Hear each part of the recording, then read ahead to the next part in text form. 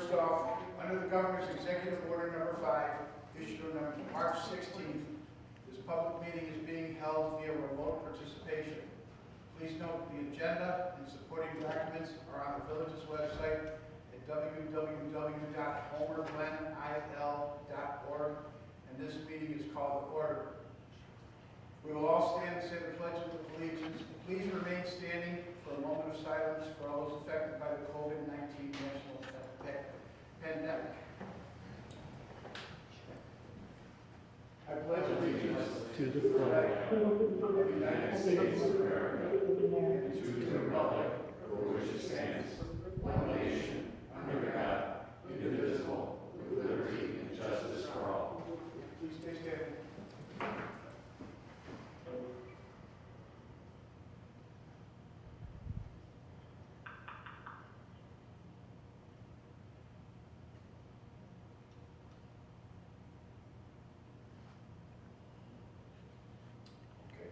Thank you.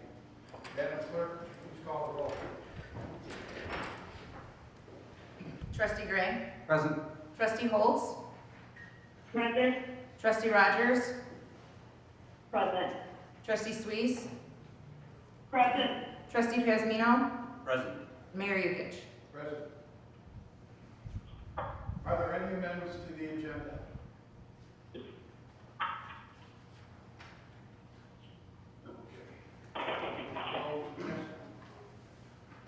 Next will be appointment of Carlo Caprio. Is there a motion to accept my appointment of Carlo Caprio to the vacant trustee position for the remaining term ending in May of 2021? So moved. Trustee Gray, Second. Pasmino. Discussion.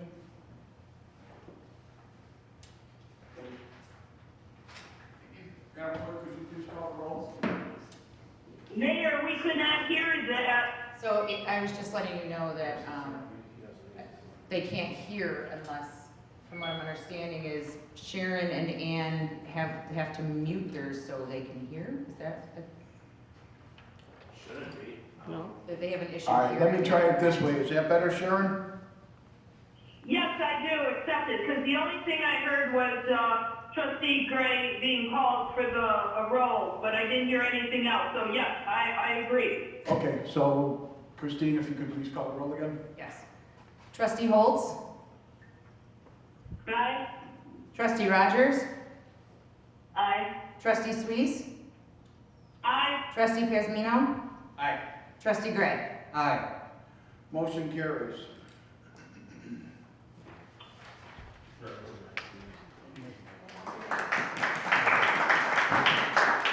Come on up. You're one of us again. There you go. All right, next, the regular meeting will be in recess for the purposes of conducting a public hearing. Excuse me, George.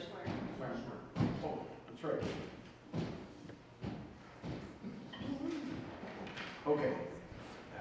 All right, please repeat after me. I do solemnly swear or affirm that I will support the Constitution of the United States I do solemnly swear and affirm or affirm that I will support the Constitution of the United States and the Constitution of the State of Illinois, and the Constitution of the State of Illinois, and that I will faithfully discharge the duties and I will faithfully discharge the duties of the office for trustee for the Village of Homer Glen of the office of trustee for the Village of Homer Glen to the best of my ability. to the best of my abilities. You're in.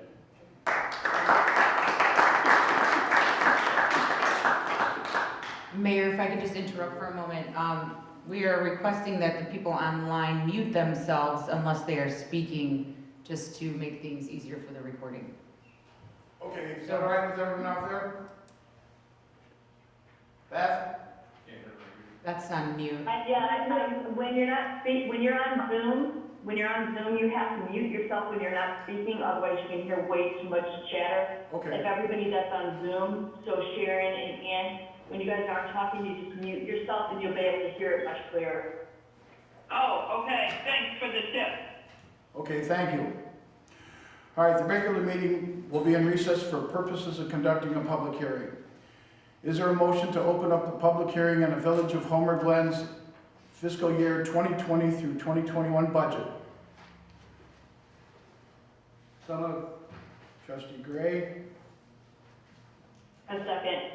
trustee Swees, all right. I believe it was Rogers. Trustee Rogers? Okay.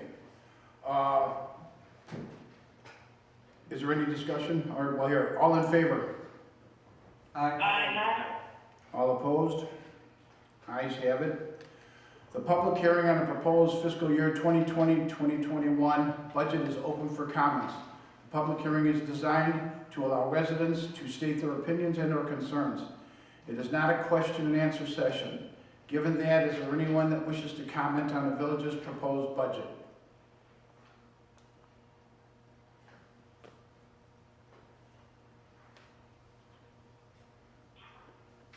Okay.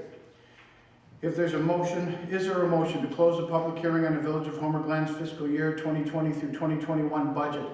I so move. Trustee Caprio, I'll second. Trustee Sweet. trustee Suisse. All right, second. All in favor, say aye. Aye. Aye. Okay.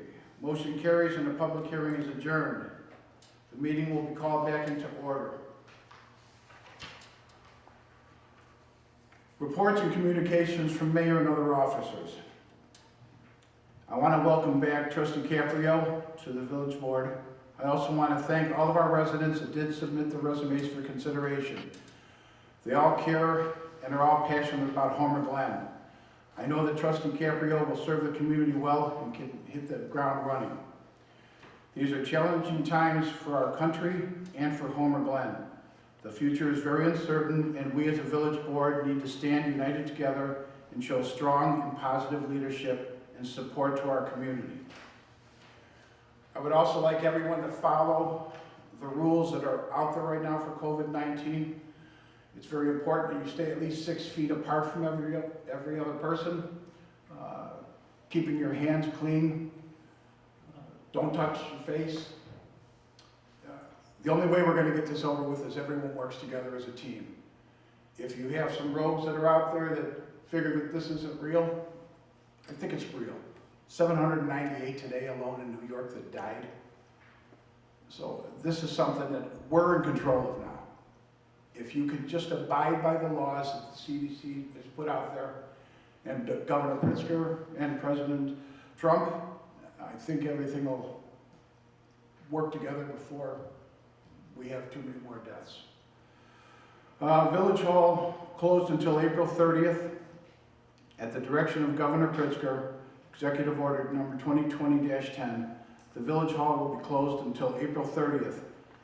All police administration and non-emergency cars should be directed to the Will County Sheriff's Department at 708-301-9274 for emergencies, or call 911. The Will County Sheriff's Department personnel will continue to respond to service calls and patrol the Village of Homer Glen, as they do not currently under our existing contract. Essential employees will continue to monitor our village facilities and parks. Department email boxes and voicemails are being checked daily and will be responded to as quickly as possible. If you have any questions, please email our village manager at kfreiling@homerglenil.org. One other thing too, all our restaurants right now, most of them are open. They're serving food, they can serve beer, they can serve wine. They're supposed to be curb service, not having the people come into the restaurant. So if you are doing it to where you're bringing the people into the restaurant to get their food, stop. You need to do curb service and be the end of it. As for the alcohol, it's staying at beer and wine. There is no other mixed drinks. Anything open will get you in a lot of trouble. So beer and wine for now. Go to all the restaurants. They all have very good food. And make this village prosper. We'll go to the trustees and we'll go with Ruben first. Trustee Pazzarino. Thank you, Mayor. I have nothing to report for either of my committees. but I would like to take a moment to voice how proud I am of our first responders, our business community, and especially our residents. When the going gets tough, the tough get going. Our community as a whole has exemplified this repeatedly and continues to do it every day. I also want to take a moment to thank our village manager and staff for keeping the day-to-day village ops up and running seamlessly during these tumultuous times. Together, and only together, can we overcome and direct ourselves out of the storm. Thank you, and that concludes my report. Thank you, Trustee Pesvino. Next, Trustee Caprio. No report, Mayor. I'd just like to say thank you to everyone for the welcoming, and I do appreciate and fully will fulfill an excellent seat for the remainder of the year, and I'm looking forward to working with all of you. Thank you. Next would be Trustee Rogers. First, I'd like to start by saying happy one-year anniversary to our village manager. You've done just an amazing job for us over this past year, and obviously under these circumstances, stepped up to something you probably never have anticipated, but I myself have truly appreciated all of your efforts this past year. I want to echo what Ruben says and just say that the staff has just really stepped up this past 3 weeks. I know it's been really tough. I know it can be hard working from home. You know, some people think it's more of a comfort, but it's actually can be quite cumbersome working at home. So I appreciate all of their efforts.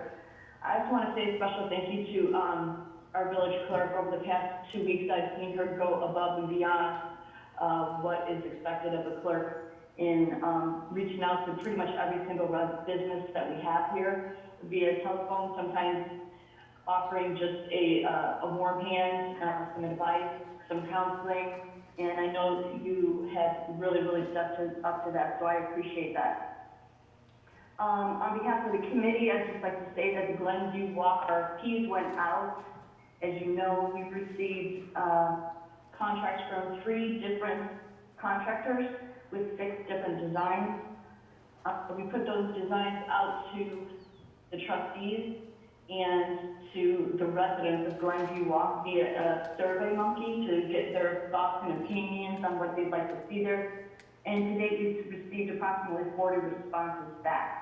On top of that, we've also reached out and asked our committee members, we haven't gone out to the public on this yet, but we've asked our committee members to come up with a name for the park, maybe something a little bit different rather than just Glenview Walk Park.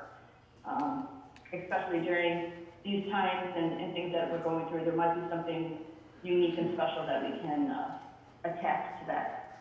As far as reaching out to the residents, as you know, we did, Keith and I somewhat spearheaded the Well Wishes cards for the seniors, and I just want to thank the community for that. We had over 300 cards that came in, and the staff was nice enough to separate those out, quarantine those out for a little over a week before they were delivered to both of the senior residents in town. And we received great feedback from both of those communities who really appreciated it. So with that, I just again want to thank the village and the community for getting involved. We have 2 other things that I'm working on right now, one of which, and both of which we can talk more in length at the end, one of which is the mind-body wellness, where we've reached out to about approximately 19 small businesses in the villages that their focus is on mind, body, and wellness, and trying to get them engaged with the community and advertise their business a little bit more. The other, I spoke to most of you about with the thought on having somewhat of what I would call our local heroes week, where we could initially, next week designate each day towards.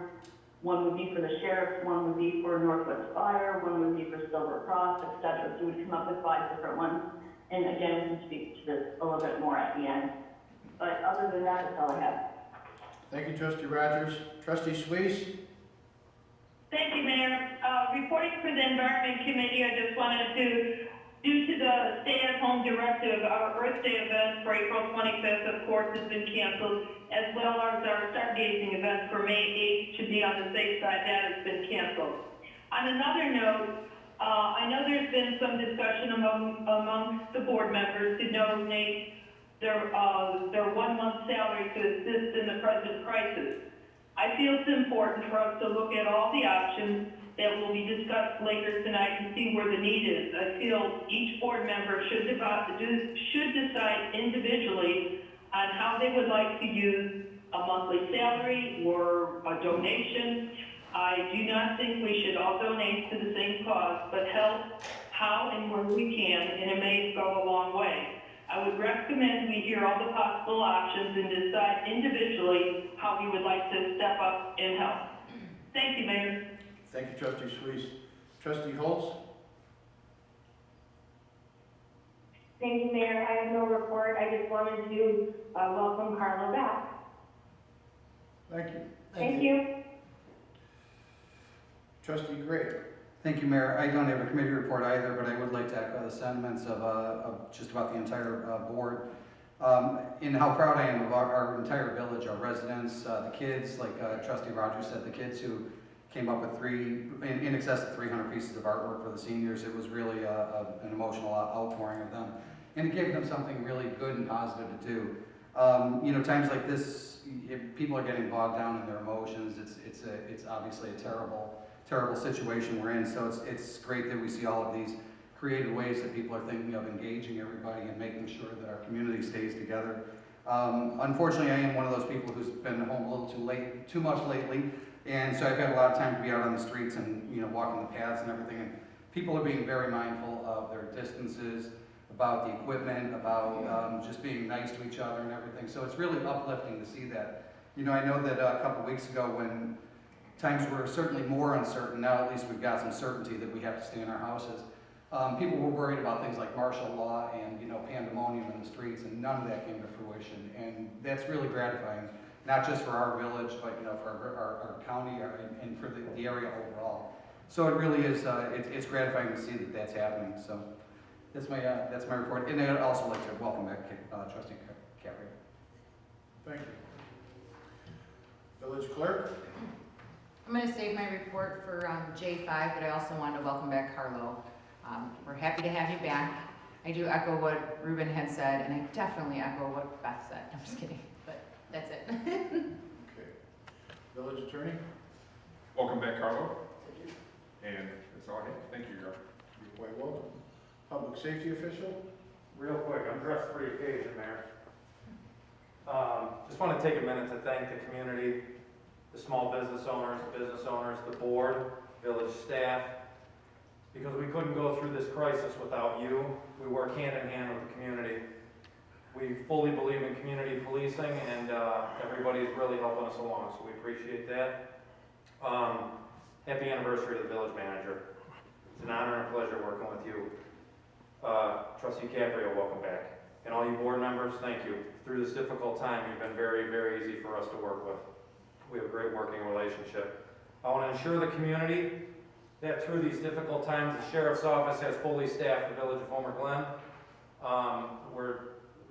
If there is any type of, anything that'll take one of our members away, we'll bring in somebody from another zone. But up until now, it's been all good. So, other than that, Mayor, that's all I've got, unless anybody has any questions.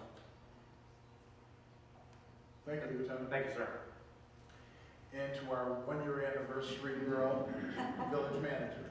Mr. Mayor and Trustees, thank you so much. It has been 1 year, and it's been an incredible 1 year, and I can't tell you how much even though we've been through a lot together, how much I've enjoyed working with the staff, working with the board, and all the volunteers and residents and businesses in Homer Glen.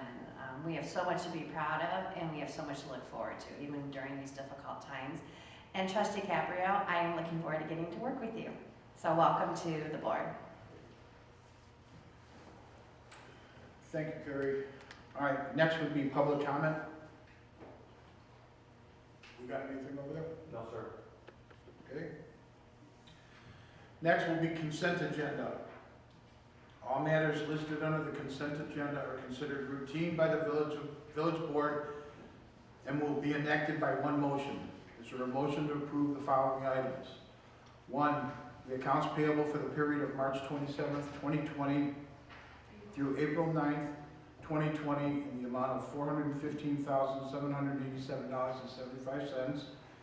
and a 1-year extension to the streetlight maintenance contract with Lyons Pinner Electric Companies for the cost of $4.25 per light per month.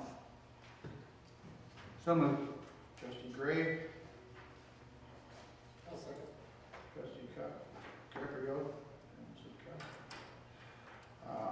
Is there any discussion? Okay. Madam Clerk, please call the roll. Trustee Rogers? Trustee Rogers? Aye. I'm sorry, I hit W.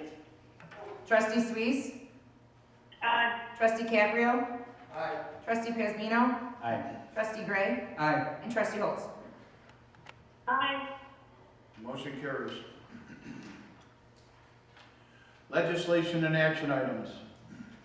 Is there a motion to remand A1 plat of subdivision and preliminary site improvement plans and 2 map amendment from A2 rural residential to R3A single family residential with certain variances for the proposed Windsor Court Phase 2 back to the Plan Commission, O'Malley subdivision, HG 1905 PAS?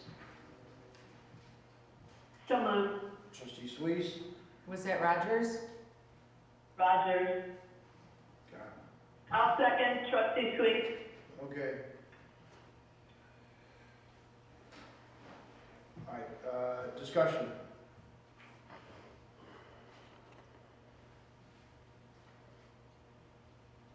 Madam Clerk, please call the roll. Trustee Suisse?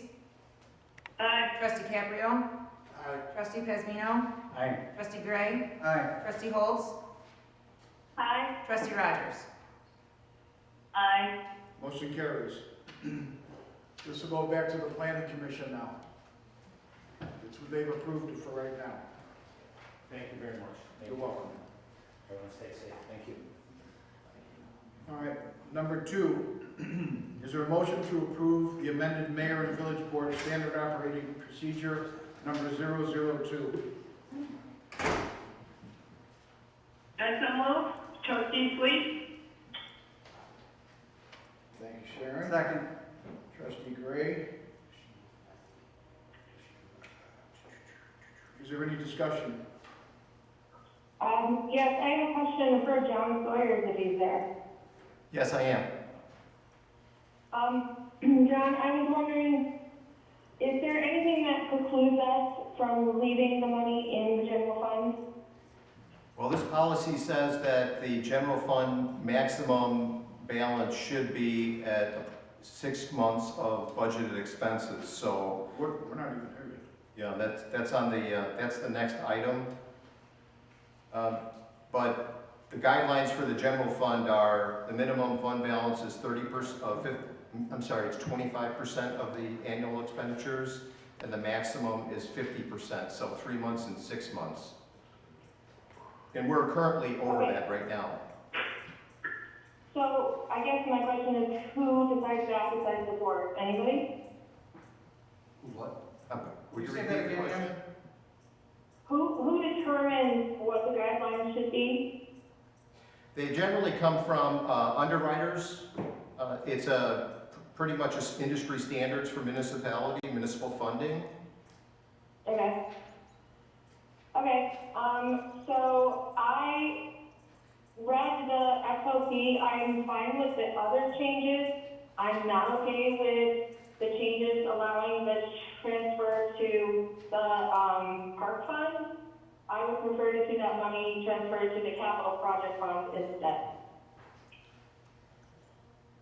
Well, this is SOP2 update. The next item will be the proposed transfer of the $700,000 or general fund surplus. Oh, that comes later then. Okay. It's the next Thank you. item, yes.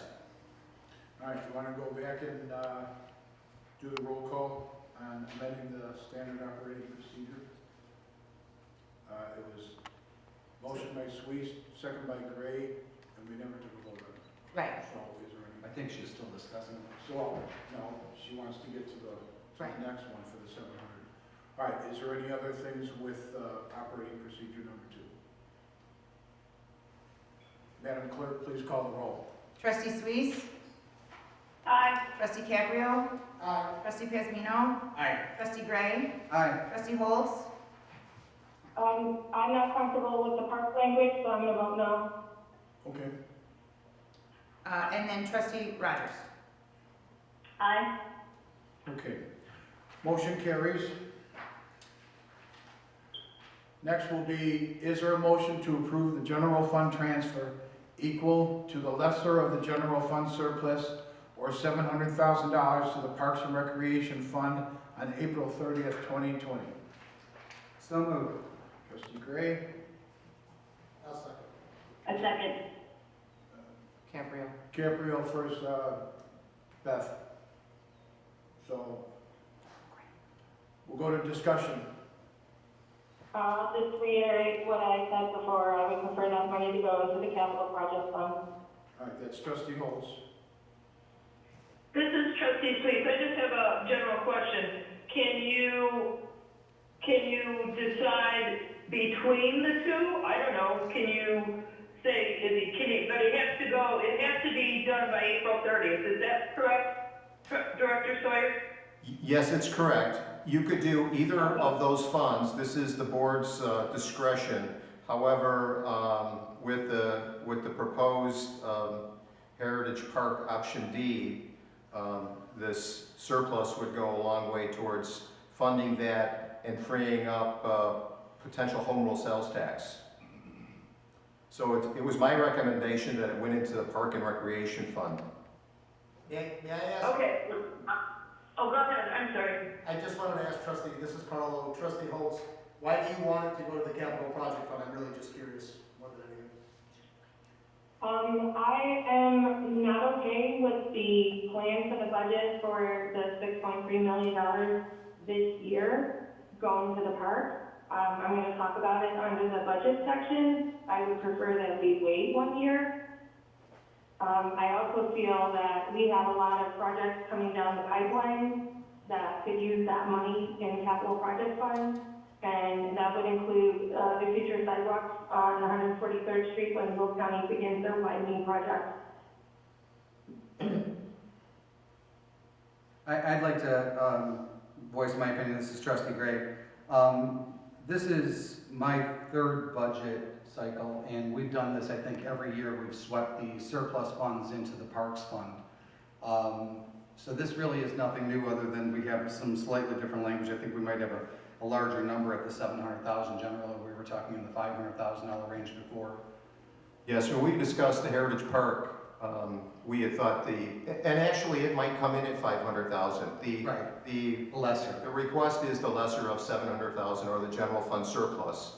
But when we were talking about option D, I think we were citing approximately 500. It could be 700 still, but it will probably be in that range between 500 and 700. Right, and since we do have a history of sweeping, and sweeping sometimes an ugly word, of transitioning those funds, and again, going back to what Director Sawyer said earlier, this is in keeping with good accounting principles that are guidelines that have been put in place for municipalities like ours, so we don't end up with too much extra money, if you will, in a fund. This is a way of moving those monies out of our HRST fund and putting them into places where they will get spent instead of just bottling up there. I do understand Trustee Holtz's desire for the sidewalks along 143rd Street, and I think that, you know, once the county comes down and wants to do that, which we don't really have a firm deadline, I know that's like in 3 different sections, and each section's in a different phase at this point between right-of-way acquisition and some is still on phase 1 planning. That could be a long drawn-out process before we start to even consider putting sidewalks in. As long as we are involved in the discussions on 143rd Street and making sure that they're ready for us. They are either making them shelf-ready so that we can put our sidewalks in place either as it's being built or even as an add-on afterward. I think there's going to be opportunities for us to regain some of these funds over the next few years to address those needs. I'd like to make a point that the budget for next year includes a transfer from the home rule sales tax to the capital project fund in the amount of about $1.2 million. We did not obligate any home rule sales tax in next year's budget towards Heritage Park. Next year being starting this 2021. Or 2021. Yeah, the 55% of fiscal 21-22 was the balance of the funding So mechanism. you're allocating $1.2 million to go in there already, and if we did what Trustee Holtz is saying, you'd be putting $1.9 million in there. That's correct. Thank you. Or 1.5. Or Right, So that's up to that's for the 1.9. fiscal, excuse me, that's for the fiscal 21-22 year, John? Well, this budget that's going to be presented tonight includes about a $1.2 million transfer from the home rule sales tax to the capital project fund. Oh, right, okay, I have to say, you guys, listening to you, I hear Sharon and Beth perfectly, but everyone in the room, you guys all sound like the teacher on the peanuts. It's really hard to understand you guys, so if I could ask you to speak directly into your mic and a little bit slower, especially Keith, because I had a hard time understanding everything you said, but I think I get the gist of it. I gave the sidewalks as an example. If I can give an analogy, the state of Illinois rainy day fund is $52,000 and Indiana's is $2 billion. And when we have future capital projects in the pipeline, if we never start saving for that rainy day, will we ever have enough? And I appreciate the 1.2 million, but again, I've spoken my opinion on doing the park this year back in January, and I will reiterate it tonight. And I feel that we should wait a year, and I feel a safer bet would be to transfer that money into the capital project fund. That's my position. Thank you. Thank you, Trustee Holtz. Any other comments?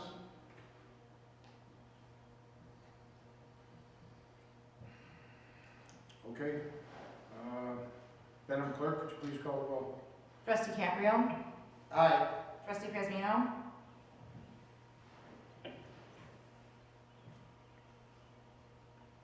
Present. Trustee Gray? Abstain or- Can vote present? You can vote present.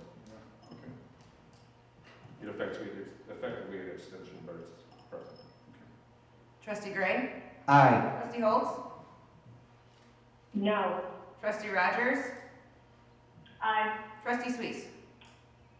Aye. Motion carries.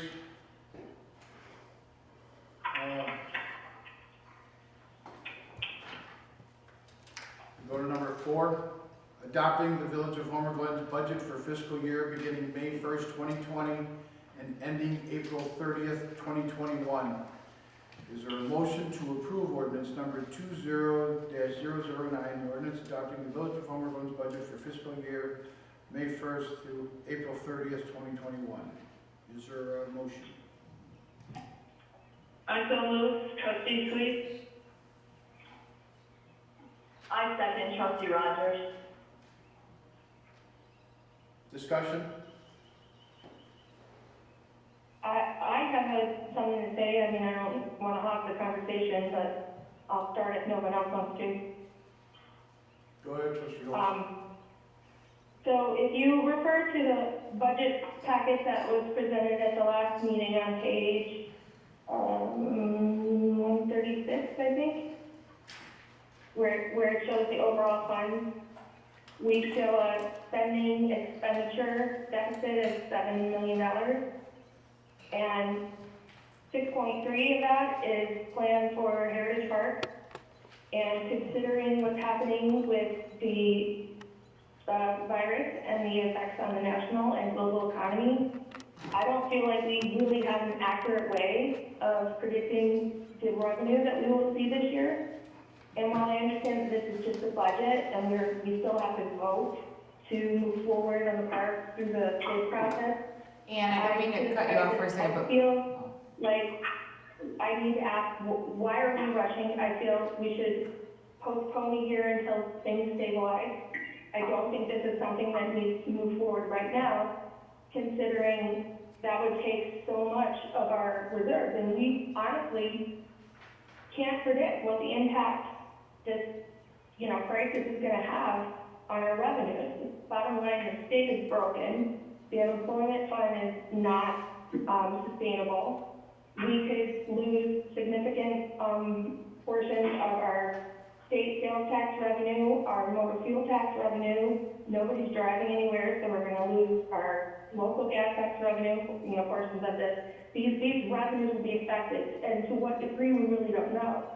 And also factor in our own 1% on the sales tax. So I just really feel like we need to be fiscally responsible and hit pause and remove that 6.3 million expenditure from the budget and postpone it until the following year. I feel approving it in this way, the optics are really bad, and it just looks like we're not really considering the big picture here, because how do we predict what the impact will be? That's my position. I don't know how anybody else feels, but I'm really not comfortable with it, especially now. I wasn't comfortable with it in January, and I'm even more so not comfortable with it now. Thank you. John, correct me if I'm wrong, this is Trustee Rogers, but you took that this budget was revised post-pandemic. Not only that, it seems to me that this discussion, with all due respect, Trustee Holt, should have been done last week, so those revisions, if it was agreed upon, could have been done, and we could have voted on it at that point. To bring it up when we're voting our budget for questions and concerns should have been part of last week's discussion. That's correct, Trustee Rogers. This document originally went out through A&F on March 4th, and it was, it projected a $700,000 surplus. We changed it, thanks to Matt Walsh for flipping it so fast, because this document became very fluid. And then we presented one at the last the last board meeting, and we made changes to reel that in and eliminated a lot of the revenues, bringing them down, and the surplus now sits at $15,000. This is the general fund we're talking about that really is sensitive to state revenues. The Park and Rec Fund does get local motor fuel tax revenues and park development contributions, but primarily the funds have come from equity transfers over the years. So it's not as sensitive as the general fund, and this document is incredibly fluid, and I promised at the last meeting that we would watch the revenues monthly, and certainly we're going to defer on a lot of the objectives or initiatives until a later time. As far as the Heritage Park project is concerned, this will come back before the board when you get numbers, and you never know. When times are bad, some good may come out of it. So you still will have a vote on Heritage Park. As I was going to say, I just want to say one thing. I appreciate all the work John Torres has done.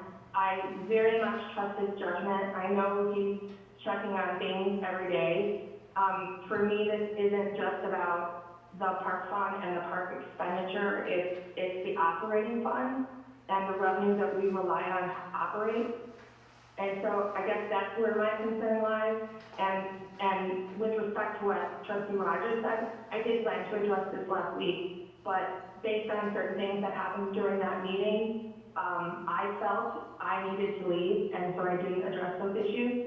I clearly regret that now, but if my concerns are going to be dismissed now because of that, that's a shame, because I think a lot has changed in the last 2 weeks, and a lot of uncertain things are on the forefront, and I just don't feel that this is the right decision to make. I also recognize that the 6.3 million could be a lot less. It could also, when the numbers come in, it could be more, and we could have to reduce some of the projects that, we want to include in that future phase of the park. The federal government is talking about an infrastructure program. And so, there could be a lot of projects going on, and who knows what can happen. And I guess this is my point. There are so many variables going on right now that I'm not understanding why this needs to happen now. And I would just really encourage you guys to think about that and decide to hit pause. It's for 1 year. I guess, Director Sawyers, this is Trustee Squeeze. I have a question, and I know when it was some of my beginning budgets, this is a budget. Like you said, Trustee Holt, this is not something, these figures, these ideas, these thoughts of what we're going to do here, here, and here, this is not something etched in concrete. Is that correct? Yeah, and I understand that as well. So depending how things roll on, months from now or going down the way, it's not going to be that we're going to go out and spend $6 million if we need to pull back on something. But I mean, I don't see that why that should be a problem now, having that listed in the budget. And that's what it is. It's a listing. It's not something that, okay. All right, let's not talk over each other, because then we can't understand what anyone's saying. But with what you got done saying a few minutes ago, Trustee Sweet, that's exactly it. We have not approved anything yet. This has to come back before a board. And if you remember over the last few years, I've said that we're not doing anything until we have money coming in to make up the difference. Right now, we don't have the money coming in. So it's not going to happen. So it is a budgetary item. It doesn't mean anything, because at the end of the day, we have to vote on it. I think one thing I wanted to point out is, well, this is Eric. One of the things I wanted to point out is that if you do not have this in your budget as an expenditure, if you completely eliminated that expenditure, then next year you wouldn't be able to spend dime one on anything with the parks. If you would completely eliminate it, because it has to be in your budget if you're going to be spending money on it. So I think this is just a placeholder, and as the mayor said, it doesn't mean you're going to spend $6 million, but if you eliminate it, you're not going to spend anything on the parks next year at all. I'd like to make a few comments. This is Trustee Gray. First of all, I'd like to thank John Sawyers and the rest of the staff for putting this together. I know this is like the third or fourth draft of the budget, and it has been very fluid, and it's been moving, and we certainly appreciate that. But I also think it's very reflective of it's being responsible to the residents. I really think it is.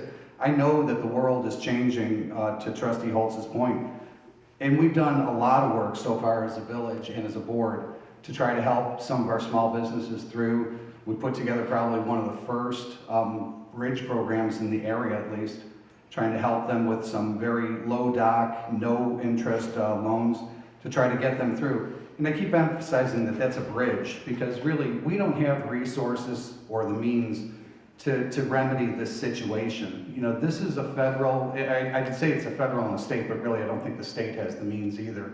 This really has to come from the feds to remedy the situation for a lot of the small businesses, for even some of the homeowners and residents and things like that. We can try to be a bridge to get them through some of the crisis moments that they're facing in the panic of the beginning of these crises. But really it has to get into a different lane. And I think we've done a lot of work in that regard. I also think that I get what Trustee Holt said about the last meeting and that you left, but you know, this is getting, it's getting a bit disrespectful that, you know, there's a lot of us that are putting a lot of time and effort, staff, board, everybody who's putting a lot of time and effort into the discussions, a lot of the weighing of things in these packet pieces. And when we continually get to the last point of it, this is the fourth time we've seen this budget. We've known about the parks program since last fall, basically, and now we're here discussing this on the night we're going to vote on a budget that has to be in place by the end of the month, by law. I mean, we have to get this thing passed.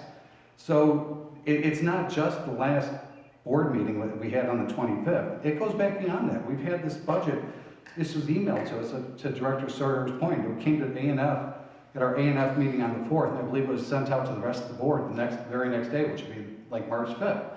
All this money was in there. If anything, they've gone and they've changed some of the parameters based on the new information as it's come up through the federal declaration of emergency, the state stay at home, stay in place order, as well as the closing of businesses. So, you know, I think it's too late almost to have these discussions now. We've done this too many times where we get to the jumping off point and we say, oh, okay, now let's go back and do all the work. That's disrespectful to staff that's put in time, countless hours, days, weeks, getting all of this in. Asking all the board members what our sensitivities are on these things, and then not hearing about any of those things, and then being kind of sidelined by it at the end. I just think that, I don't think that this is the place for that. As far as, Trustee Holtz's point about putting the $6.3 million on hold and, waiting for what's going to happen with the federal, what's going to happen with the state, I think all of those things are always going to be out of our reach. Our reach is really to take care of the village. And at the end of the day, this crisis is going to pass. We are still going to have to manage this village. We are still going to have to keep advancing our programs, our residents' needs, our residents' wants, our residents' quality of life. And I think that this budget does help us get to those points. We're here trying to work for the entire village over the long haul. It's sometimes we get caught up in that moment, and it's like we can't lose sight of the bigger picture. We will all still be here. We have a village to run, to continue to run, and we have to run that in a responsible way. And I think this budget is a reflection of that. It's a responsible reflection of that. So, Thank you, Trustee Gray. Is there any other comments? All right. Madam Clerk, could you please call the roll? Trustee Pazmino? Aye. Trustee Gray? aye. Trustee Holtz? No. Trustee Rogers? Aye. Trustee Suisse? Aye. Trustee Caprio? Aye. And Mayor Yukis? Aye.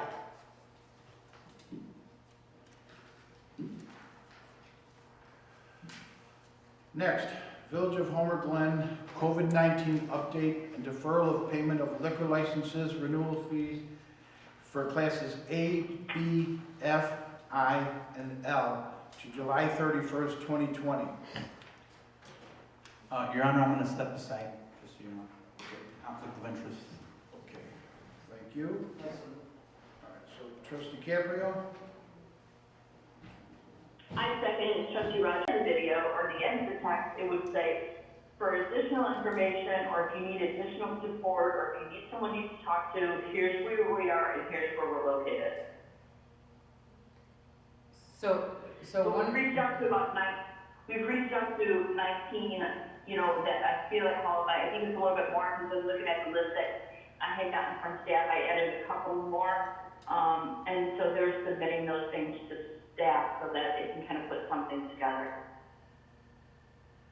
So I think it's a great idea, Beth, and remember we elaborated a little bit more in extending this offer to, and I keep saying dentist because they're on the top of my head, but dentist or orthodontist or other doctor's offices that aren't open, or hair salons, and then maybe Ruben, that's where, because if you're doing one for, if we're giving one promotion to these 19 people, and in one category, maybe the next category is bars and restaurants, where maybe we look at, okay, doing something with the chamber and partnering up. So it's hard to take all the businesses and do the same thing for every single business across the board, except for the newsletter.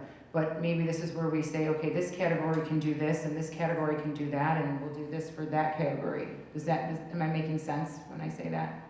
Well, would that be that would have to be something longer term then, right? Okay.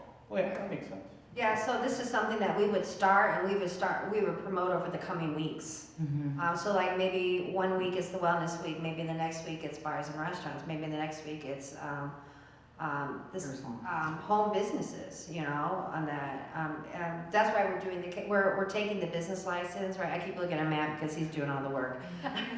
And we're putting them in these categories that make sense, like automobile repair, right? That's another category. We have a lot of those in Homer.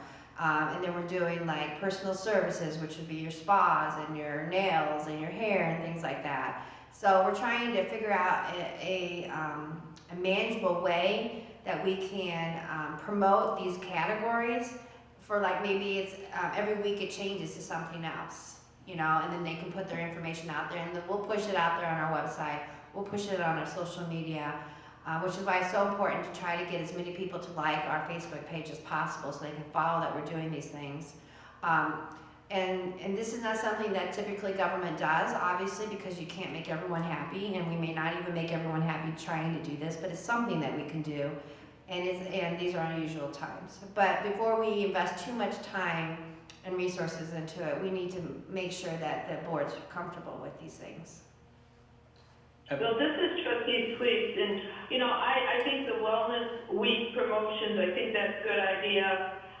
But I think we have to be careful, like you were saying, about promoting other business. You know, when does it become a little bit of a slippery slope? When we become more of an ad agency, you know, because then you might upset certain ones that are not included, because I think you gotta be a little careful here. Well, Sharon, that's my point of saying, that's why we're categorizing everybody, is so we don't miss anybody. I know, but you know, it's like, you know, like we're promoting a business that's going to be closed for the next month or so. Like you said, I heard nail salons or something like that. That might, you know, we have to be a little careful on how we're promoting these businesses. So yes, I do, Sharon, I strongly have to disagree with you. I do think it's very important that we think of the businesses that are closed right now, because they do not have any income coming in right now. And I gave you that list, and if you had spoken to any of them that are temporarily closed, can't even open their door, you would have heard them say they're struggling. They're struggling just as much as anybody else. I mean, I've had people lay off every single employee. I've had them even lay off their family that's worked for them. I've had people shut doors. I've had people scared that they can't pay their rent. And yes, I do have to say we have to think about them at that time. I mean, I look at my fingers every day and think of my nail salon, but I think it's really important that even my hair, you know, I really think it's important that we focus on even not just the businesses that are currently open, but especially those that are closed.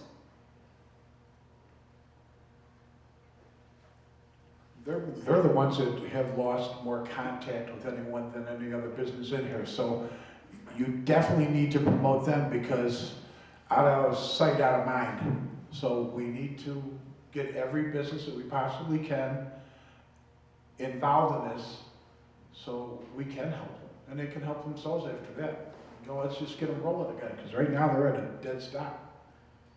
One point that you mentioned, Manager Freeling, I think that social media is very important, especially to get the word out. You know, it's like you have a Ferrari with a Nissan engine in it. You know, we need to use it to our best ability.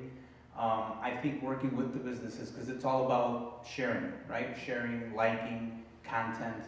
I'm not sure how many followers we currently have in social media right now. We have 2,200 likes and about 2,400 followers. Okay, so with the amount of residents that we have, I mean, forgive me for saying that's not too good.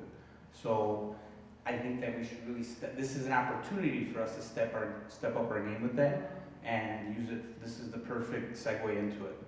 And the only way to get people, and Matt and I have looked into this today, it's not like we can invite, I can't go personally on there and invite friends that I know that live in Homer Glen. We have to get stuff out there to make residents and businesses like our posts, and once they like it, then they become a member. Is that correct, Matt?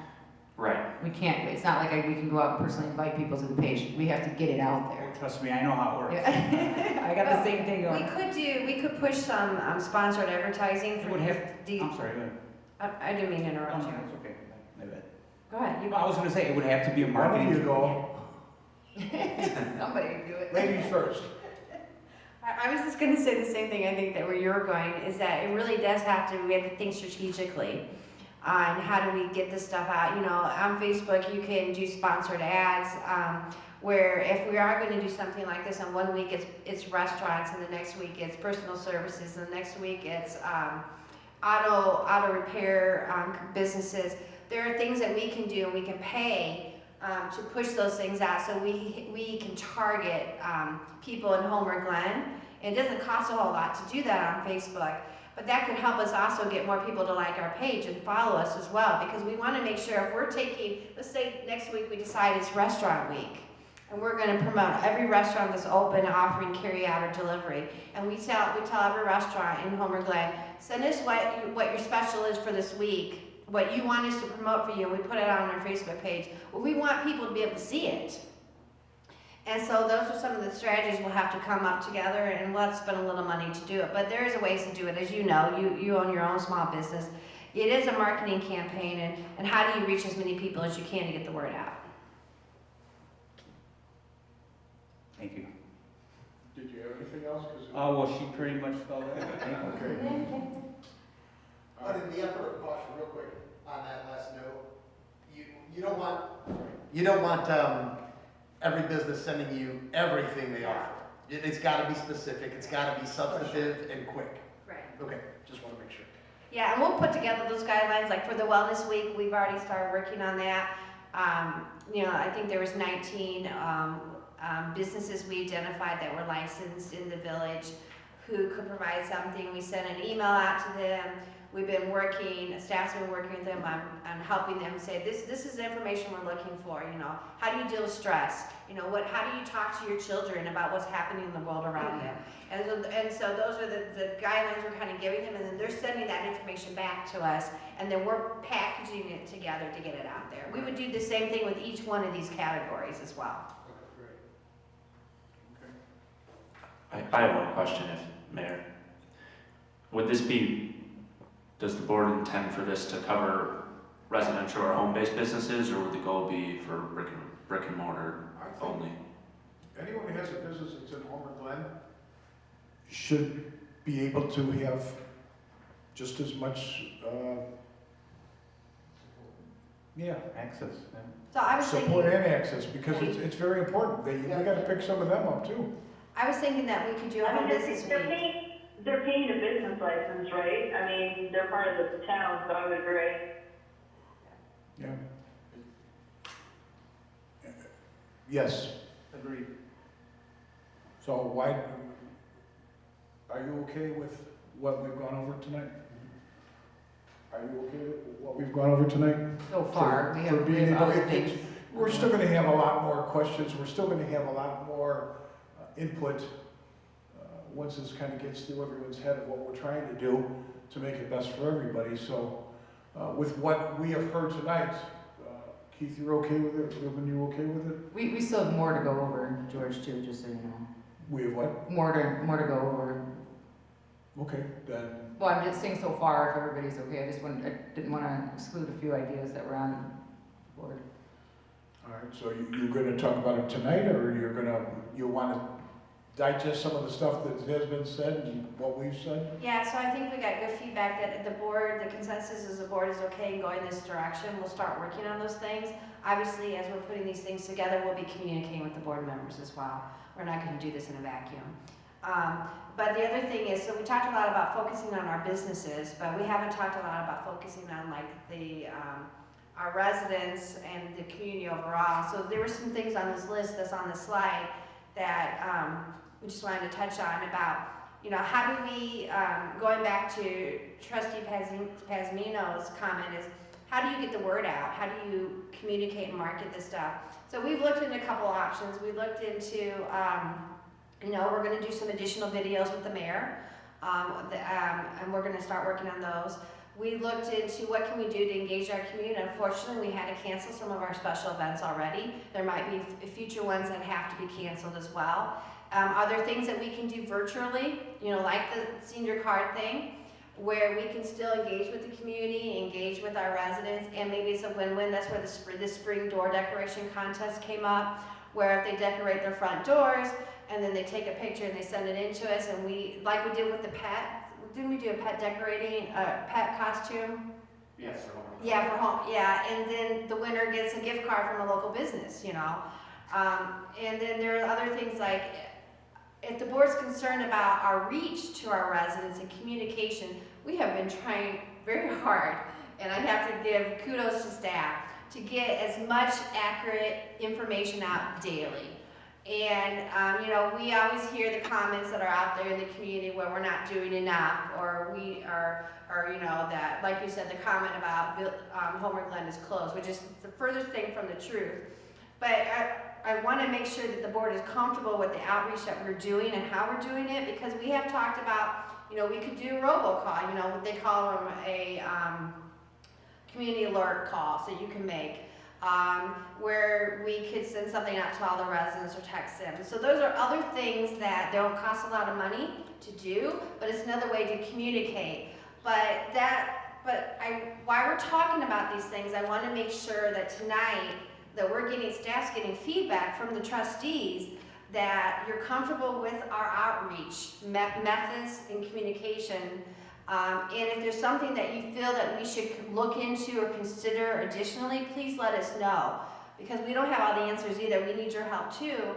And so that's why you see that's why you see the direct robocall out there. There are other towns who call it the red alerts or things like that you can subscribe to when there's an emergency or something happening in a community. So those are just some other options that we could talk about too before we leave tonight. Discussion. Well, I just want to say, oh, sorry, go ahead, Beth. No, you go. I will just say this, I did watch the video, and I watched what was said after I left. I'm not sure why my suggestion was received in that manner, and I feel that $45,000 is a drop in the bucket compared to the $6.3 million. And it would be a huge relief to those owners knowing that they don't have to pay that liquor license fee, and it gives them some peace of mind. And while the government has approved the loan, I don't know if anybody's been paying attention, but there's a huge plug, and it's going to take quite some time for those people to get that money. Giving them this peace of mind that we're going to take that burden off of their backs, I think is important. I didn't suggest it at the last minute last week to bait anybody. This has nothing to do with me. I don't benefit from it. And I just thought it would be something that we could do to show our restaurants and businesses that have liquor licenses, not the carry-out ones, that they can still operate, but that we support them. And so I'm sorry it was received in a negative light. I still would like us to do it. I don't think we should wait 3 months and reevaluate. I think we should waive the fees now, reduce them to $50 per license and waive them now. Thank you. You're welcome, and This is Trustee Sweet. I am not in favor of waiving it at this time, as far as the fees go. I think we should proceed, delay this, look at it, defer it to July sometime, and see what happens at that point in time. I think we're just jumping too quickly to decide what's going to happen. And I think, maybe in the long run down the way, maybe it will be, the fee will be lessened a little bit depending on what happens, but I don't think we have to make that decision now. I think right now, if we just defer it, wait it out and see what happens, I think that's the best way to do it. I agree 100%, Trustee Suisse. Right now, I went to a bunch of the restaurants and bars and explained to them that we have a loan program that is 0%. Some of them already have taken us up on it. We promote the food, we promote the alcohol that they can sell, and we've already told them that the deferral of payment will be in July. They were all very thankful. We don't know what's going to happen from now till July, so I don't want to jump the gun either, because if we start taking care of everyone's licenses, you can't just do it with the restaurants and the bars. You've got to do it with every single solitary business that's in this village, because no one's better than someone else. So for right now to do this, I think it would be a very big mistake on the village board's behalf. I think we sit on it when end of June comes around, or the middle of July, we look into this again and see where we're at. This might be a moot point. So I'm with you 100% on that, Trustee Suisse. Let's leave it alone until it needs to come up before us. So is there anyone else that's got a comment? Mr. Mayor, if I could just intercede for a second. In addition to the actual motion that's on the floor tonight for consideration, I wanted to take just a few moments, if you don't mind, to talk about some of the other things that were in the report that was provided to the entire board. because one of the things that we thought was important to do tonight was to kind of give an overview and a recap of all the different things that the village has been doing since the mid-March. Outreach to the community, so you have that report as part of this motion. It talks about the outreach that we've done, it talks about the posts that we've done, there's a couple slides here. We also did a video that the mayor put out recently over the weekend that was very well received as well. I just wanted to touch on a couple of those, and there's also some other things in this report that I think as a group is important that the village board discusses tonight, because there are additional things that we can do, not just for our businesses, but for our residents and the overall community that I would like to have input from the entire board on.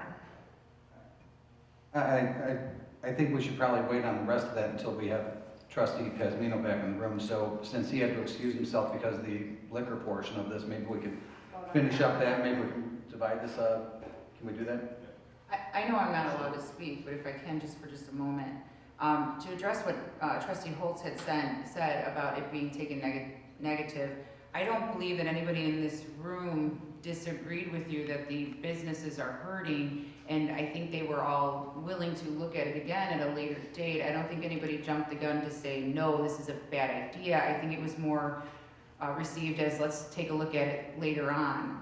And just so it's clarified what this motion is for, it's for defer the payment to a later date. I just wanted to make that clear so everybody knows exactly what they're voting on. It's not a vote for waiving the fee, it's a vote for deferring the payment until July.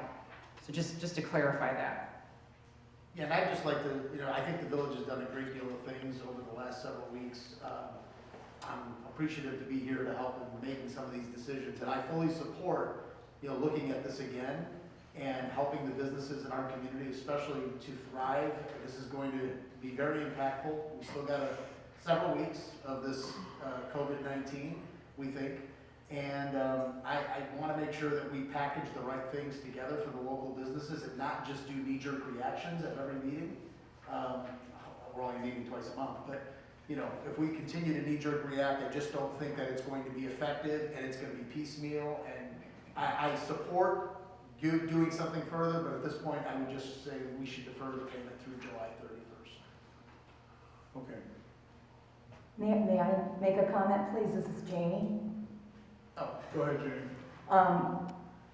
If I understand this correctly, the actual normal date that all the businesses that have liquor licenses need to re-up would be this April 30th, which is just 3 weeks away. And we're still under the stay-in-place order through that date.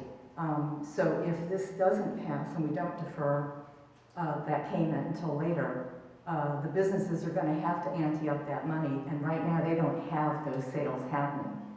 The impact has been very extreme on all businesses, but the restaurants are really hurting, and I just wanted to point that out. Thank you.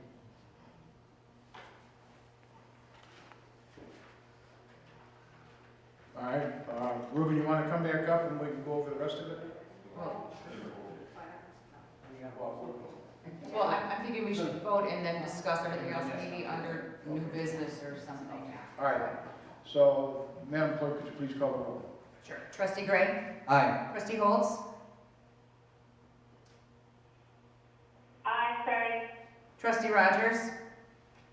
Aye. Trustee Suisse? Aye. Trustee Caprio? Aye.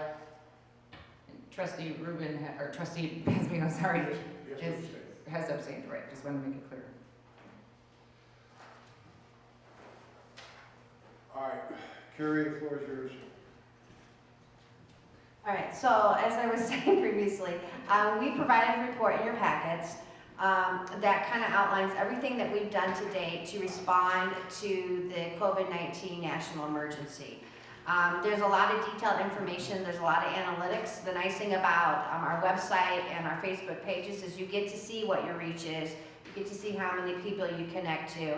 So those details are in your in the report. I'm not going to go through those in detail, but we do have a couple summary slides here that we wanted to go through, and you can kind of see where the big We've had a lot more increased visits to our website page, right, Matt? Right. We have a lot more people who are following our Facebook pages as well. I don't know, Matt, if there's anything else you want to add?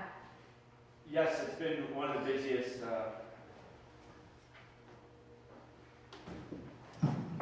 it's been one of the busiest months for the village website since we've gone to homerglenil.org. And also our Facebook page has gained, we're over 2,200 followers now, so we're getting even more reach on our Facebook page, and we're posting at least 3 or 4 times a day with whether we're sharing other health department facts or other CDC or census. We've been sharing a lot the last month or two on kind of COVID-19 related items, and we're getting a very good response from that. The other thing that we wanted to walk the board through tonight is the response to the small business assistance program that was approved by the board. And Janie has been the one who's been working directly with our local impacted businesses. We have an updated spreadsheet here you see on the screen. On the status of those, we have already funded, 2 of them have been fully funded. We're getting ready to fund some additional ones this Friday as well. And you can see a list of the ones that Director Patch has been working with as they're going through the application process. Janie, is there anything you'd like to add? Just that there's been a lot of comments from business owners how much they appreciate the availability of this local assistance, because a lot of the rules are not even set up for how to access a lot of the supply chain or connectivity to get to state and federal assistance is not quite in place. The banks don't always have the information they need, even if they're an SBA lender, and the phones are busy. And so it's been very frustrating, and having a bridge program that is helping our businesses immediately on the ground has been something that the businesses have really appreciated. So it's great to be able to have something like this in Homer Glen for our businesses. And then the last thing that I think is really what's important to get direction from the village board tonight is what other things can the community, can the village do to further assist our businesses as well as the community overall. I had sent out some emails previously to all the trustees asking for your input, your feedback, your suggestions. We got a lot of feedback. We kind of have like a summary going here. I do have to give a shout out to our clerk. She has been helping tremendously as well with outreach to all of our licensed businesses within the village as well. And our staff has been working nonstop to make sure that we're updating everything on a daily basis, if not more than once, many times during the day, with reliable, factual information that they can rely on and know that is accurate. So I'm going to hand over some stuff to Christina, and you can make some comments. And I'd kind of like to go through a couple other slides and just let you guys decide, are there additional things that we can do? We still have some money in the budget that we can do some additional things. Some things are less expensive than others. Some things are easier to do than others. But I do appreciate all the input and feedback that we got from all the trustees. So yeah, so to kind of piggyback off of what Janie said, there are 309 brick and mortar businesses that we had reached out to, and I can't take all the credit to reaching out to all of them because I did give a list which Beth, Keith, George, and Sharon had all volunteered to help out with this project. Beth had taken on about 48 plus the 16 wellness businesses. She reached out on her own. Keith reached out to about 57. Sharon reached out to about 58. I reached out to about 72, and George reached out to 33 plus the knock on the doors that George had done to just to check on the businesses as well. I still have about 38 businesses to call because when I call, I tend to talk a lot to these businesses, so it does take up some time.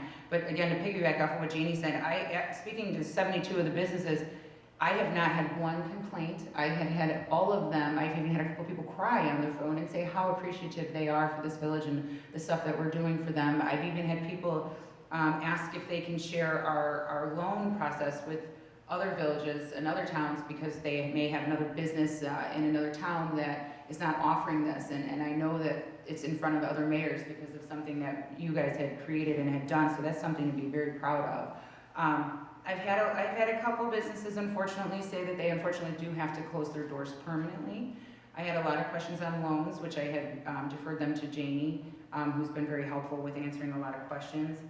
Not only the businesses that I reach out to, but the sports groups and the local food pantry. So I'm just going to touch base a little bit on the food pantry. I don't know if that's on your list, but the food pantry, just so everybody knows, they're hurting too. They are specifically asked for canned fruit items, such as canned pineapple, peaches, mixed fruit cocktails, sliced pears, etc. They also ask for canned veggies, anything other than corn and green beans. They're doing pretty good on that. They're looking for items like tomatoes, carrots, peas, beets, spinach, beans, and stuff like that. The other big item that they're looking for is ramen noodles. They sell them in the packages or the cups. They prefer the cups because it's easier to be made. The other thing that they had told me is if people aren't willing to go out and do cans, they really would like cash donations, because thankfully Meijer turns their cash donations into double. So if you were to donate $50, $100 to the food pantry, the food pantry turns around and brings it to Meijer somewhere between mid-May and mid-April and mid-May, and they'll double the money. So if you donate $50, they'll turn it into $100, which is a good idea. The other thing I wanted to talk about was our local hospitals. Unfortunately, I had my daughter break her leg, so I had to take her to the emergency room at Silver Cross, and a couple nurses and I had a long discussion about items that they are in need of, face masks, gloves, the typical things that protect them. So we had also talked about doing a drive of items maybe the residents can get behind, which I did put on Facebook, and a lot of residents did jump on board. They are willing to make face masks, headbands, anything that they can do. The residents are really, really getting behind that. We also discussed about the situation they are in with lunches. It's sad that they can't leave to go drive through Wendy's like they used to or wherever, because they have to fully ungown and change their clothes just to leave and then come back and redress. So another thing we talked about was possibly doing like a meal train or a gift card or something along that, and which we'll talk more about later with our spring door program. And then just to go back to the businesses a little bit, I had mentioned some things other than the loan to some businesses, and they really love, I just mentioned some of the ideas that the trustees had brought about, and they are so happy about us retracting the community newsletter, and love the idea of trying to turn it into maybe a business newsletter this time around, or turning our Facebook page into, allowing them to do little blips, and maybe because it's Easter time, a dentist office can say, hey, kids, remember it's Easter, you're gonna get a lot of candy, don't forget to brush your teeth. Something along those lines. But again, I can't emphasize enough how much the businesses were so happy for that personal phone call, the emails that they're constantly getting from the village. I did have to say, it did make me feel proud to be a part of this village and part of this town. Just to say, reaching out to them was very warming, and they're very appreciative of everything that we're doing. Thank you, trustee. Thank you, clerk. Christine. I do have other things to add, but I'm going to piggyback off of what Keith has to say, what Beth has to say, and some things that Sharon and I had talked about as well. We have included in the PowerPoint presentation for tonight some signage packages that Trustee Gray had put together, both for our local businesses as well as something that could be also a campaign that could be done in our residential neighborhoods as well. So I'll defer to Trustee Gray. Can you guys see this at home? What's on the screen? Can we see it? Yeah, we see it all. So, Is that what you're asking? yes, can you see the video, Yeah. the images that Yeah. Carrie's putting up there? So Carrie had asked me if I wouldn't mind lending a hand putting together a couple graphics that try to get across that a business is either opened or impacted to a point of being closed during this time, and then maybe one that was a little bit more generic, and just that first item that was up on the screen that just said now more than ever, and I grabbed the Shop and Dine Homer Glen. I know that we're in the process right now of redoing some of this branding, but I think this is timeliness is going to trump some of that. So, but these were envisioned by Carrie as being kind of like a political yard sign, something in the 18 by 24 on a stand, one color. This one you see on the screen is one color, two-sided. We all know We all know the routine for that, what those cost. Get a couple hundred of those, 100 or a couple hundred, whatever, and placing them around town. Again, reminding people just to shop Homer Glen. So anybody has any feedback on anything, or if you like the idea or don't. This first one, did you put both these in there, Carrie, or just this one? Okay, so this one again would just be more of a generic, just reminding people, to keep it local and shop in the village. The next one was an idea about putting in front of businesses that are open. I must say, my own self, Carrie had kind of led the charge on this, and I was certainly more than welcome to help, but I kind of like the idea of just the generic one myself at the end of it all, because it just reminds everybody to shop here. Whether you're open or closed right now, we should all continue to shop in Homer Glen, I think. I don't necessarily like the idea of bannering that a business is closed, so that's just my thought. Anybody else have any input on those? I like the first one. I think it's one that you can use all the time, and I think people are familiar with that logo. People that have been around here for a while, that logo is pretty familiar. I like that one, Yeah, I think you have way too much time on your hands. I like the first one. Agree with that. We were also thinking that this is something that the village could pay for, these signs, and we would place them throughout the community in front of our local businesses as well, as another way to try to get the message out that we need to take care of our own. And when I was reaching out to the businesses, majority of them had mentioned to me that they would like something out in front of their business to remind people to shop local. They were really rallied around this idea. Yeah, I like shop and dine too, because you're hitting both aspects. You're hitting the retail, you're hitting the food, beverage. Now, would these go in front of actual businesses, or are these just going to be placed throughout the village? How would this work? I don't think that's been fully investigated, but I would think in the main corridors would be a great idea, just as a way of, what do you think, Ruben? I think anywhere you can put them. I'm sorry. This is Ruben. Anywhere you can, trustee Ruben. Anywhere you could put them would be great, especially in the main thoroughfares. People driving by, and this is a perfect message. Yeah, the entry corridors. That's usually all the subdivisions. Yeah. Because a lot of them are going out to try to get some dinner. That's No different than we do the Homerfest side. Yeah, that's a good point. so. There is one picture in the Facebook with me saying, "Sorry, we're closed." I have no idea who put that up there, but we're not closed. We're wide open. So I do have to ask, because I know I had spoke to a trustee earlier, and we were discussing the time period. I know we still have to go through all the details, but how long would these signs be up? The only reason why I ask is because the businesses that are currently closed right now, unfortunately, we can't shop there right now, but I think it's important to extend it even after it's not shut down, but the stay in place is lifted. I think it's important to remember those businesses that are currently closed, because they are too hurting. That's one thing that I kind of want to bring up as well. This package, I think, whatever package that we come up with, should not only be during, but way after. Because a lot of businesses have to recover from this, and some might recover faster than others.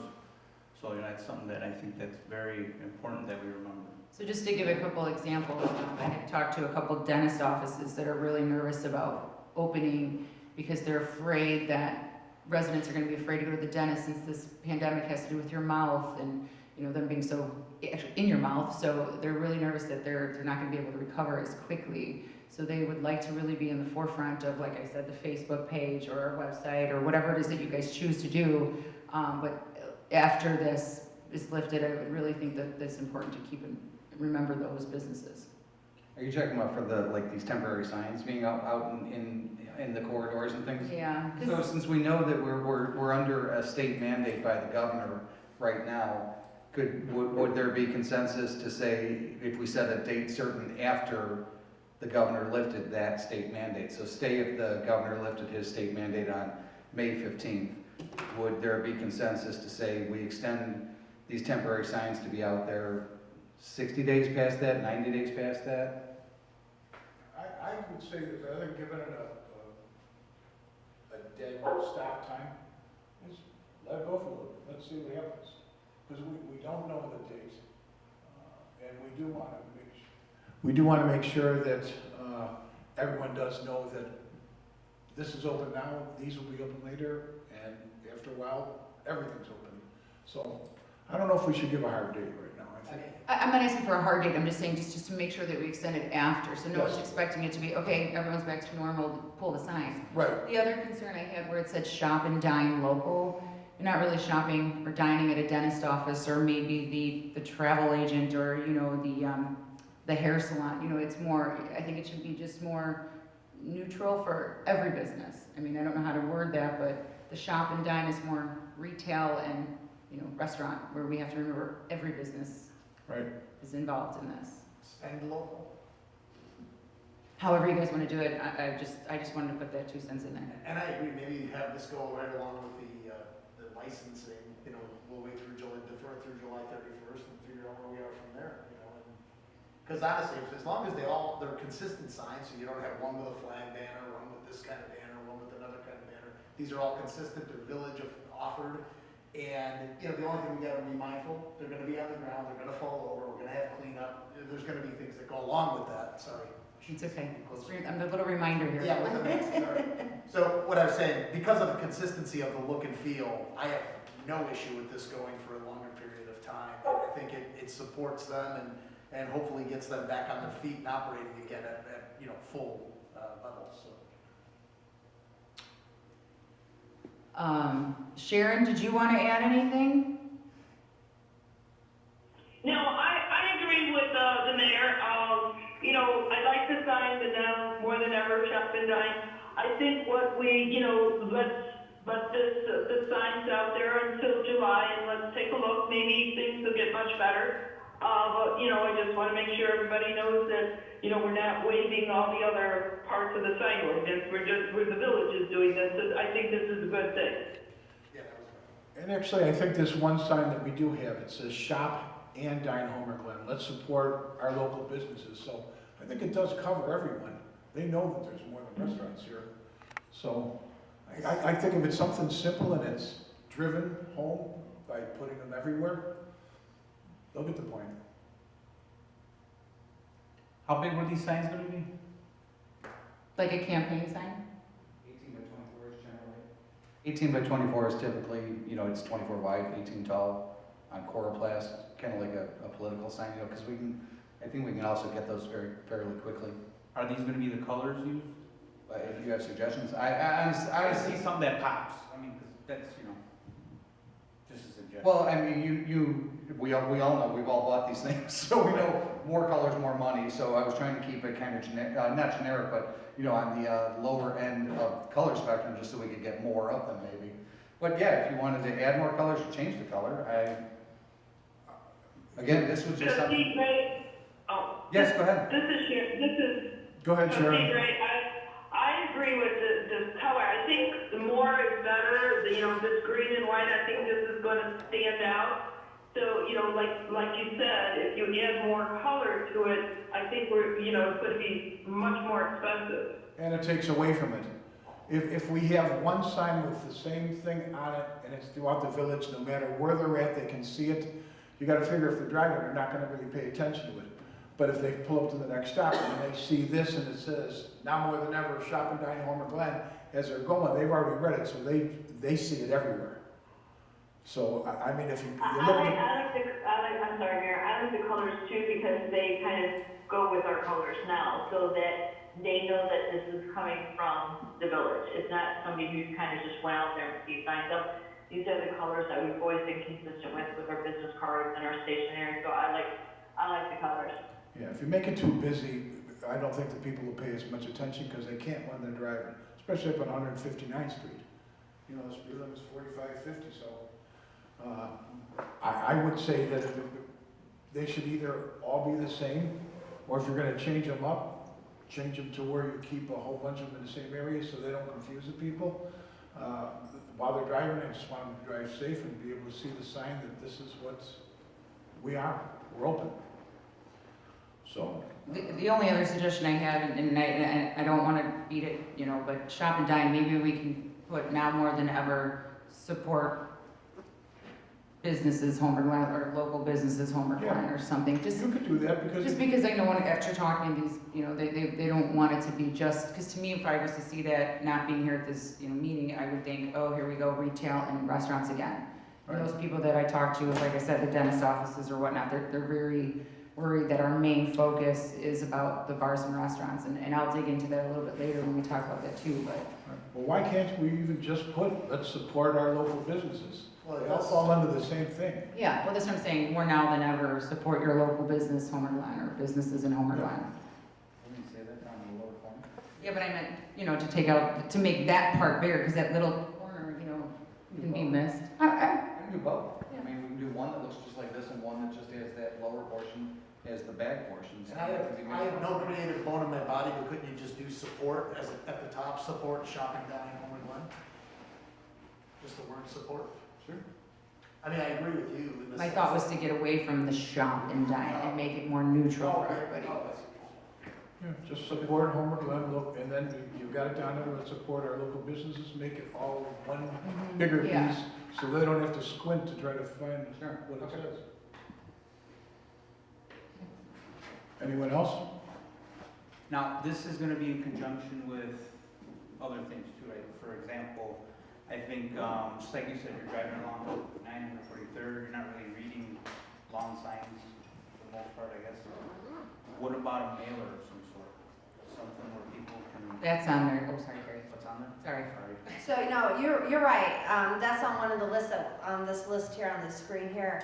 Before we jump to other things, there's one other sign that Trustee Gray had shared as well, which is more geared towards our residential and our community overall. Not that our businesses are a big part of it, but this was something that we've seen popping up in different neighborhoods and in people's windows.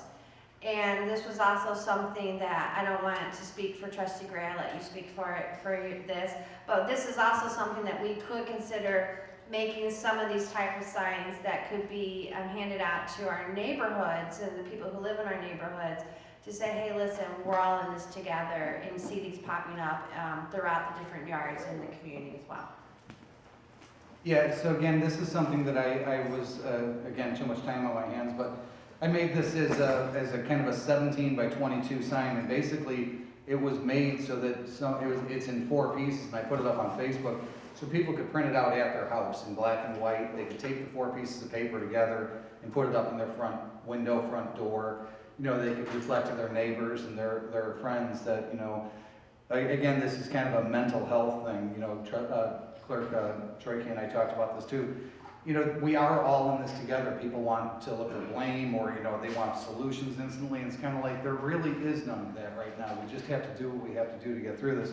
And this was one of those things that just kind of another community, a united community thing. So I put it up on Facebook, and I know Trustee Caprio's family printed one out, put it up in their front door. There's one in my door. There are several in my neighborhood. Sue Stylens shared it out, I think, on the Village Facebook page, as well as an outline version where instead of solid black letters, it was outlines so that kids could color it in. It was kind of an art contest for them.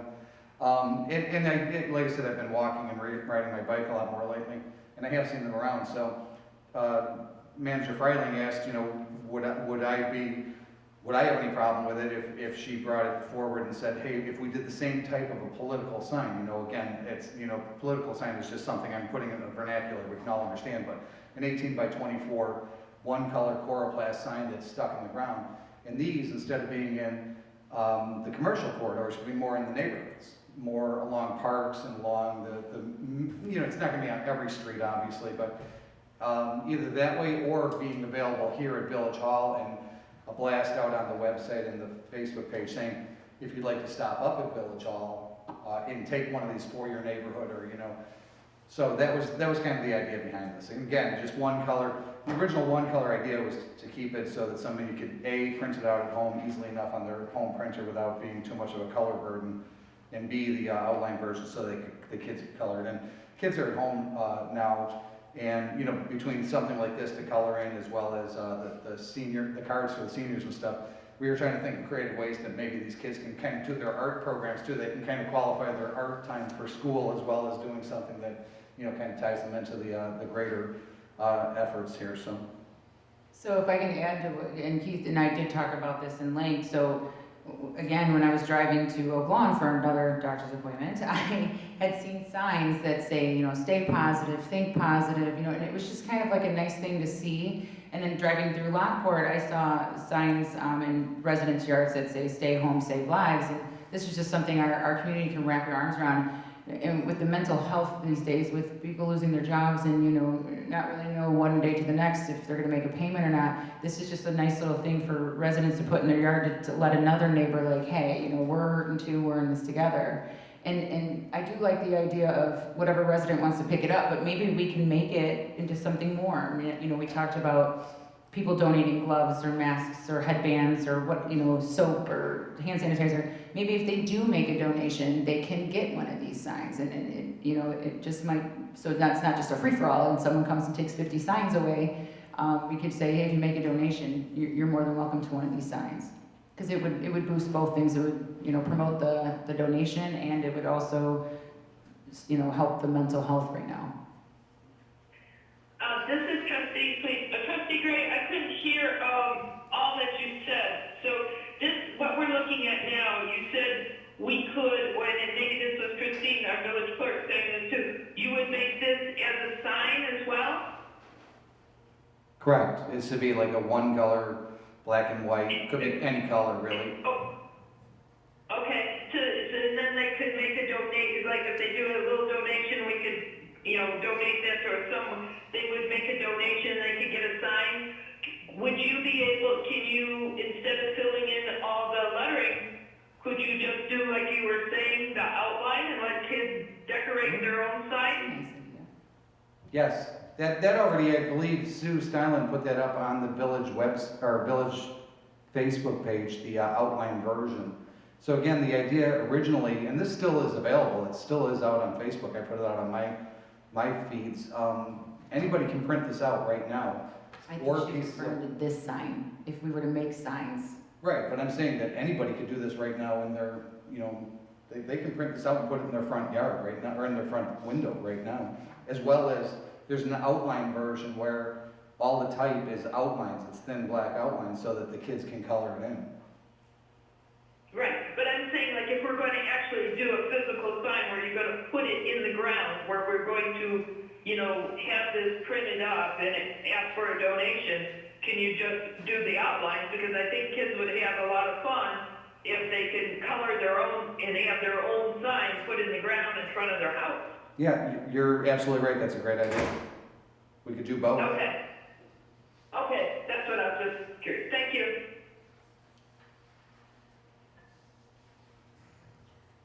So that's all we have on the signs right now, but going back to Ruben, can we go back to that one slide?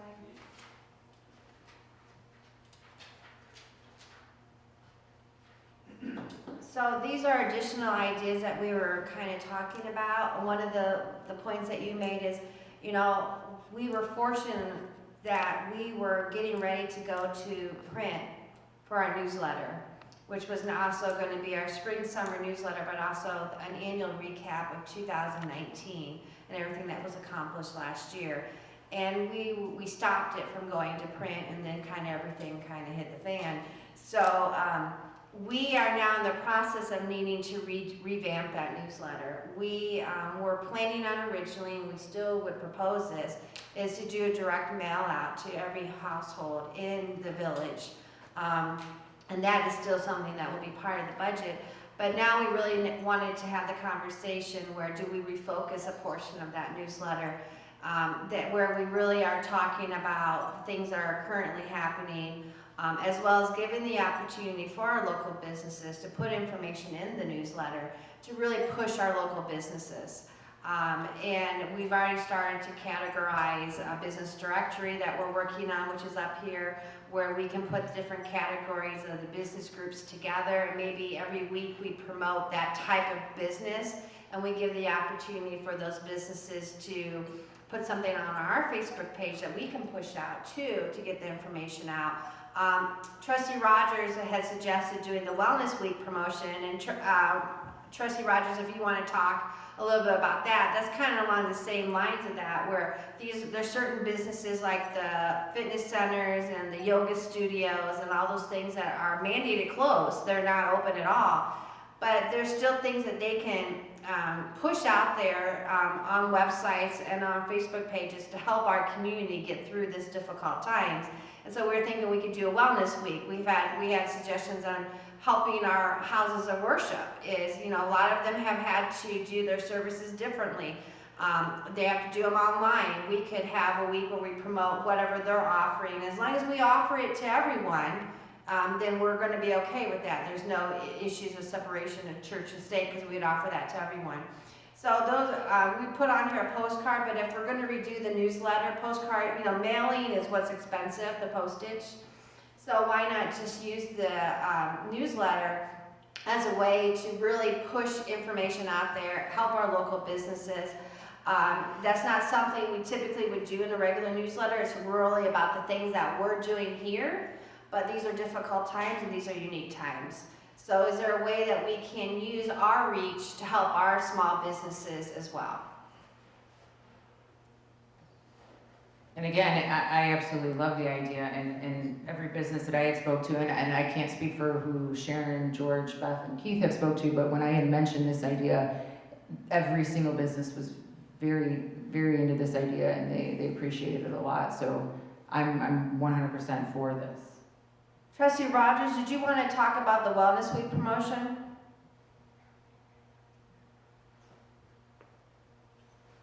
You want to take yourself off mute?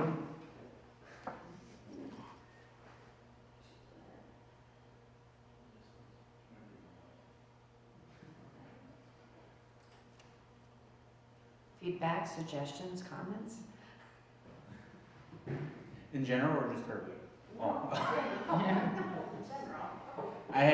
Since you're doing it's a great idea, since you're already doing the mailer, would you add just like one more page to it or one more site dedicated to businesses? Yeah. Maybe a coupon or something for certain businesses so when they are back up and running? Yep, we can do that.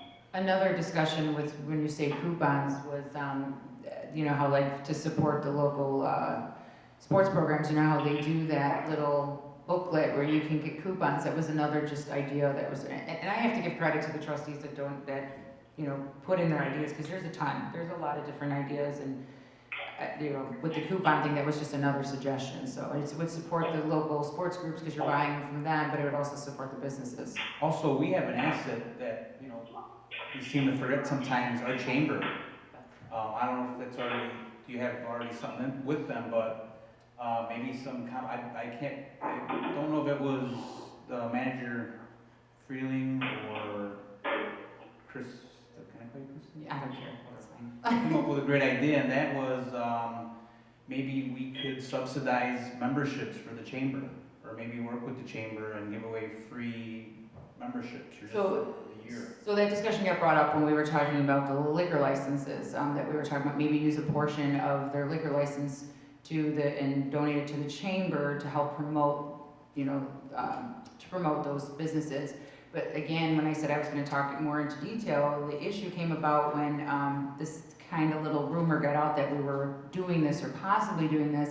When I started talking to different tobacco places, they were saying, well, I heard you're waiving liquor licenses, I'd like to waive my tobacco license. And then I went into, I would like to waive my business registration since I don't have either one. So the spiral kind of went into a different direction that I was hoping for when that, when Annie had mentioned that. I was hoping we can rally around that, but then again, our chamber, not all of the members, not all of our businesses are chamber members. So I've now turned my thoughts to all of the businesses in a whole and not specifically picking out different types of businesses. And that's why we were categorizing, because we really have to see how many businesses of each kind we really have and where we need to direct our focus. So yes, I do like the chamber idea, but does it help everybody? No. Yeah, you mean it doesn't help everybody in regards to them not being members, or? Right, because a membership fee is how much approximately? I mean, well, it depends what type of membership, but they Right, are. but what's the bare minimum? If you're a home-based business, I believe it starts at like $75 or something like that. Yeah, so then we would actually be spending more because even home businesses that don't, their business registration is $30. So now we're actually spending $45 more out of pocket. Well, that doesn't mean we're gonna pay for it, because that, I mean, this is just something we're throwing out Right, there. I right. haven't even discussed it with the chamber, I'm gonna happen to sit on the board. Maybe it's something that they can kind of put in and cooperate with as not only helping out the community, but an investment for them long-term, because now, you know, it's a complimentary service, and maybe next year, whoever, you know, becomes a member, they actually pay the next year after that. Mhm. It's kind of like, you know, 30-day free trial, right? Right. Something like Well, that. I agree with that. I think the chamber should be jumping on board and trying to help as well, and we should help them too. It's, I mean, I have that conversation with them. Yeah, and in the current newsletter draft that was getting ready to go to print, we had given the chamber a page to do their messaging to the entire community as well, and what they offer in terms of services and resources. So we would continue to do that. The biggest policy decision tonight that I need to get direction from the village board is the board collectively comfortable with utilizing our social media platforms in a more economic development promotional way, because that's not typically the way we've done things in the past, right? But these again are unusual, difficult times, and we can't, if I get that direction from the board tonight and says, yeah, we're comfortable with this, and what we can do, go back as staff, and we can work together on what that could look like, and bring that back to you guys, and communicate that to you, so you can see how we can start the messaging, we can start recruiting information from our local businesses to put in the newsletter. We can start looking at how do we get special campaigns like the Wellness Week promotion. Trustee Rogers, are you back? Yes. Okay, I didn't know if you wanted to talk about your idea of the Wellness Week promotion for our businesses in town who really are currently shut down, but there's still things they can offer to people to assist them. And then we'll bring all those things back to you, but I want to make sure that you guys, from a policymaker perspective, you're comfortable with us going in that direction for the near term, because that's not something that we've done in the past. Well, it piggybacks on what you're saying. So it was reaching out to the Anytime Fitness and the Carlo Health and the physical therapists. And then not only that, some of the psychiatrists and therapists that we have in town, and reaching out to them and saying, what advice or what could you give in a 2-minute snippet to help our community get through the next month? Yeah, we're all eating out, right? We're all trying to eat out as much as we can, but there's so much more to that now, especially going into the end of this month. It's turning more mental and physical because everybody's standing around and the weather's going to be terrible now. So what can you do to help us? So in speaking to some of them, I said, we can't go to the gym and we can't lift weights, but we can still do full body exercises, right? We can still have plank challenges. We can still do push-up challenges. In talking to some of the other ones, it's like maybe you could give us some nutritional advice where, you know, make sure when you wake up every day you're doing this, you're eating this, and you're eating right, and, or eating healthy, conscious, thinking about what you're eating before you're eating, because we're all getting up and going to that refrigerator. We've all seen all of those memes out there. And mentally, what can the community, what are some tips that they could give to us that we could give to our children, because our kids are missing their friends, and give it to their kids to help them to understand what's going on in the world. So we kind of reached out to them and said, hey, give us something, whether it's in text, if it's in graphics, or even a little video. And our reach to our residents and communication, we have been trying very hard, and I have to give kudos to staff to get as much accurate information out daily. And you know, we always hear the comments that are out there in the community where we're not doing enough, or we are, or you know, that, like you said, the comment about Homer Glen is closed, which is the furthest thing from the truth. But I want to make sure that the board is comfortable with the outreach that we're doing and how we're doing it, because we have talked about, you know, we could do robocall, you know, what they call them a community alert calls that you can make. where we could send something out to all the residents or text them. So those are other things that don't cost a lot of money to do, but it's another way to communicate. While we're talking about these things, I want to make sure that tonight that staff's getting feedback from the trustees that you're comfortable with our outreach methods and communication. And if there's something that you feel that we should look into or consider additionally, please let us know. Because we don't have all the answers either. We need your help too. And so that's why you see that's why you see the direct robocall out there. There are other towns who call it the red alerts or things like that you can subscribe to when there's an emergency or something happening in a community. So those are just some other options that we could talk about too before we leave tonight. Your input's greatly appreciated. I think what you guys have done thus far is fantastic. Just my personal opinion, and why I was shaking my head, I don't want you to think I don't like your ideas. Robocalls and texts, I think scare the crap out of people, personally. Even if you try to give a positive message, I get them from my church, I don't even like those, personally. There's too many out there. The one thing you could do is put it on a postcard, put it on something that once a week or once every 2 weeks, you will get a robocall, so this way they at least anticipate something coming. Because most of them, as soon as I know it, I don't listen to a word of it. I don't have time. So if you forewarn people and it's something that's going to be of importance to them, they might listen to it. And I only say that, just one more additive to what I said. My kids ran around the house when they got their first, the kids who have phones, when they got that first text, because they're already seeing bad news on the news. And it's every single day, twice, 3, 4, 5 times a day. And then they got these text messages that they were very fearful why they got them. So that's the only reason I'm doing that. Personal experience. This is Trustee Sweet. I think the staff is doing an excellent job with the outreach.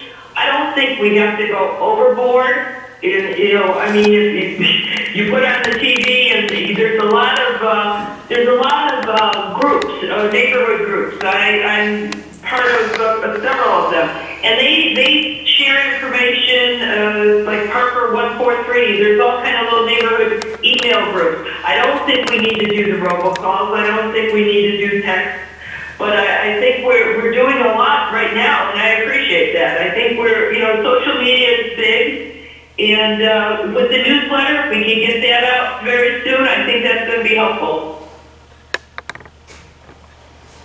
I agree. I think spending the money on social media is more prudent than robocalls.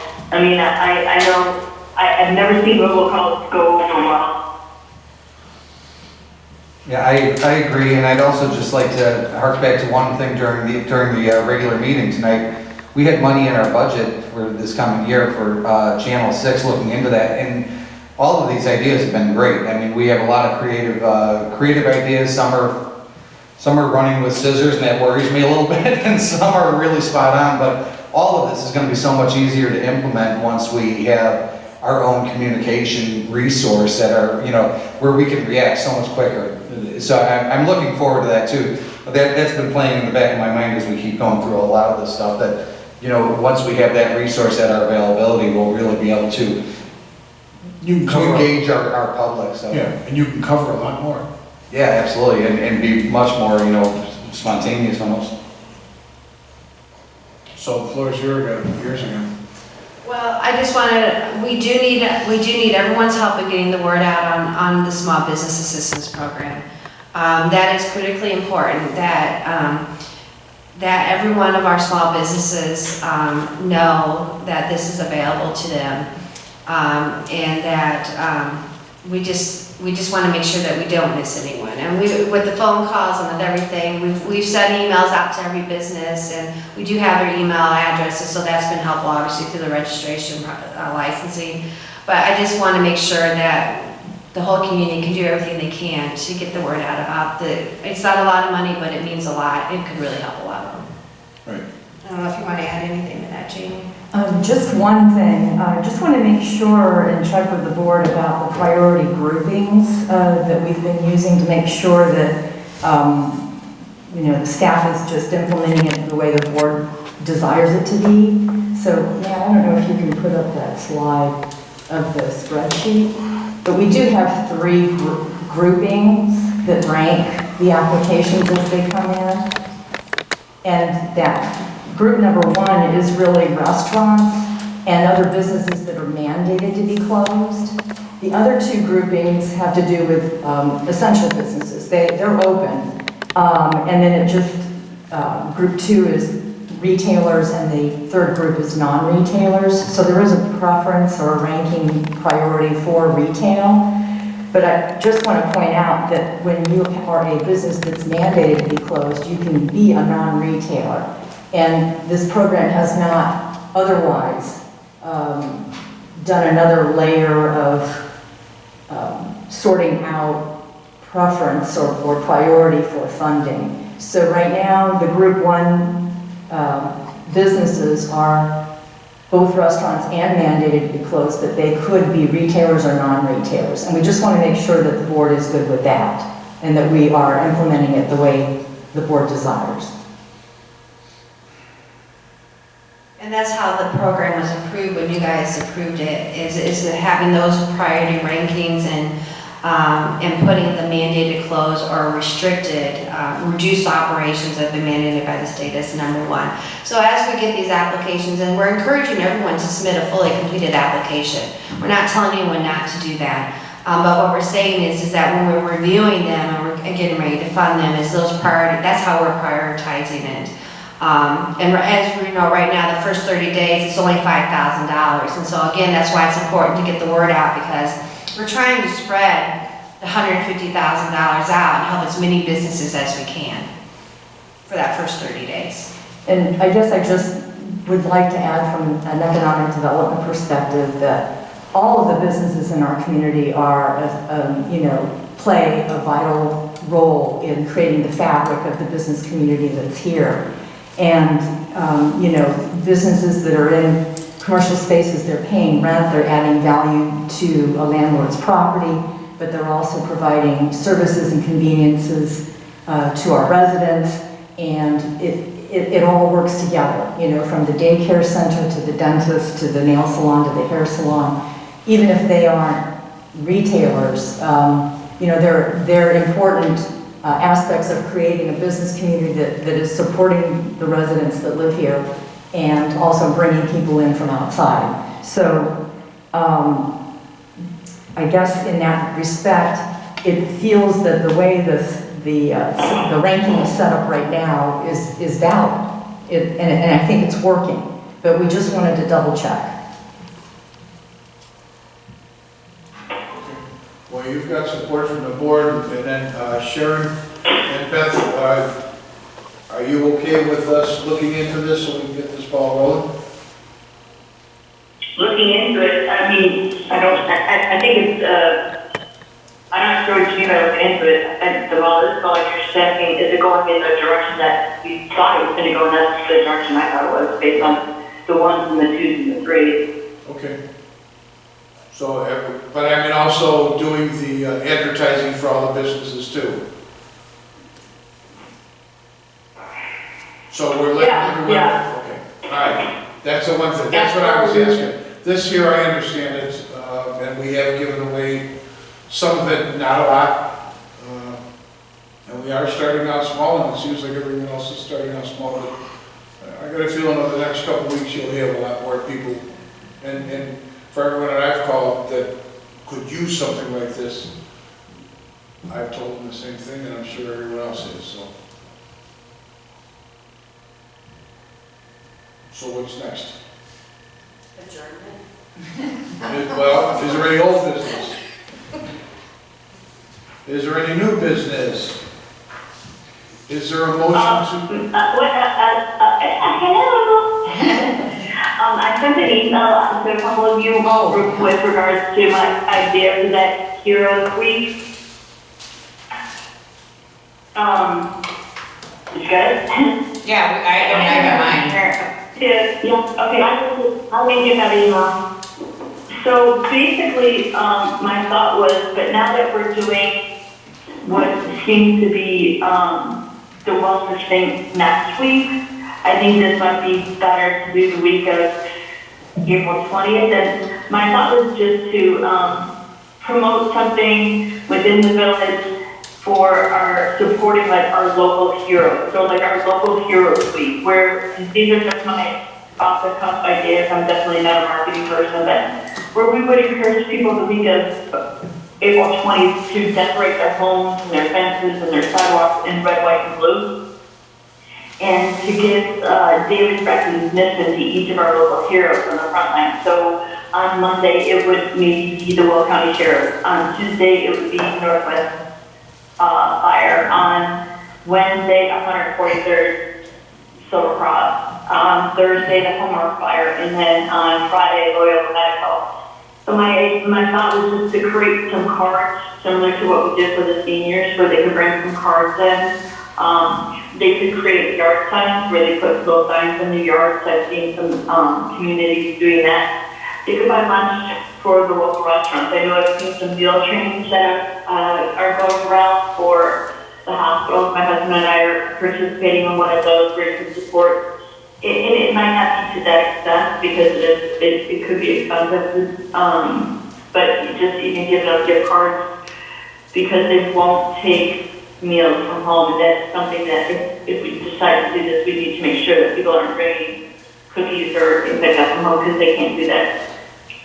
And along the same lines, we could have the kids doing videos, maybe some kind of encouraging videos or something that we could post or send to them. That was kind of my idea. I've seen some other villages try to do things similar to that, but it would almost be like the 4th of July, but for the week of April 20th. I think it might be a good week to do that too because it's going to be a rough week for them. It was just a thought. I thought it might be something to kind of get the kids involved again, get them engaged, and maybe get some community pride going and just some peaceful spirit up. Okay. Sharon, you got anything else? No, I think that's a good idea. Don't forget, we have to also include our EMA in that because that's all part of it too. So there's a lot of private groups that we could highlight in there. Yeah, I would agree, and I think that, I was going to mention the EMA as well, and I think it'd probably be a good idea if we all emailed Beth with any additional that, you can think of that should be put in there, because there's no reason that it couldn't just be one per day. Right. I agree, like, because Right. that's right, you just started the ball rolling. So, like on a Wednesday, it could be both hospitals. Right. And then it could be something like that. So I definitely want to make sure I'm not forgetting somebody. Yeah, and I like that in your I like that in your email you put in there that it's a great idea a way to keep people positive and motivated and busy, because it's really what's going to get everybody through this, Yeah. Everybody's getting bored. Yes. Ann, do you have anything else? Sorry, no. Sorry, my phone was on mute. Thank you. Okay. All right, anything else from anyone here? I need a motion to adjourn. Trustee Caprio. Second. Trustee Pasamino. All in favor? Aye. All opposed? Ayes have it. Good night. Thank you, everyone.